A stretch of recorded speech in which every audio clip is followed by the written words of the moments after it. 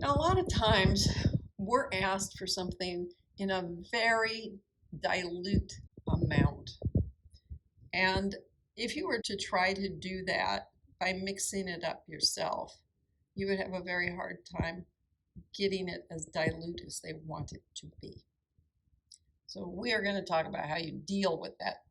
Lots of times on the shelf, there's only one concentration on the shelf, and you want it in a different concentration, so you need to dilute it. The stuff on the shelf is always at very high concentration, so you add water in order to make it less concentrated. And you can see in this progression here that this has a deeper green color than this does because what's giving it the green color is closer together because there are less liquids, still the same number of green species. As you add more liquid, it will get less green to the eye because they're further apart. So the big idea is you don't change the number of particles in the solution. You simply add more solvent. And you see this, just even at home. You go and look at your laundry detergent and it'll tell you it's concentrated, so you don't have to add as much to the laundry, right? So what do you do when you want to do a dilution? Well, you start with the stock solution, the one with the high concentration. You'll put some of it into another flask, a very particular amount. That's why you're using a pipette. A graduated pipette will let you transfer exactly how much you want, and then you'll just add more solvent, and you'll have a less concentrated solution when you're done, resulting in individual particles farther apart.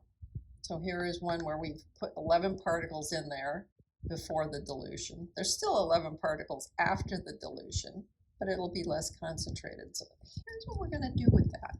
We're going to say the number of moles before is equal to the number of moles afterwards. Remember, the moles are what's on top in the molarity, right? Molarity per liter, right? And so if you want to get just moles, you're going to multiply by liters. So your dilution formula then is M1 V1 equals M2 V2, or you could say before and after, A and B, whatever you want. But the idea is that when you do this, you find out the number of moles is the same. The molarity is low, the volume is high.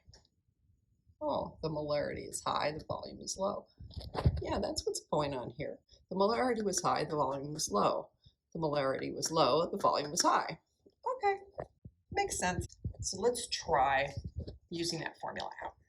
You have a 12 molar stock solution on the shelf, but you want a really dilute solution because this would be the type of molarity you might use if you were trying to clean the glassware, for example.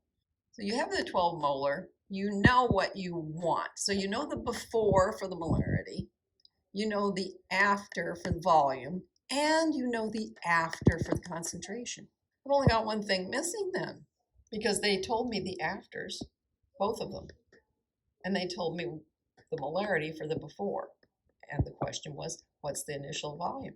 Okay, let's try doing that then. Okay, so let's put those in. Since we know it's M1 V1 equals M2 V2, well, we don't know that one. That's the one we're looking for. But we know that this was 12 molar for the concentration. Over here, it's 0.010 molar for the concentration.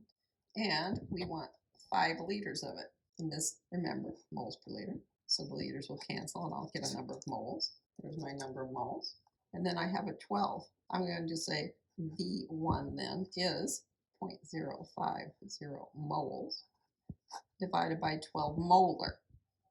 So moles per liter. Now you see you have 2 division signs. That'll make the liters pop to the top. The moles end up canceling.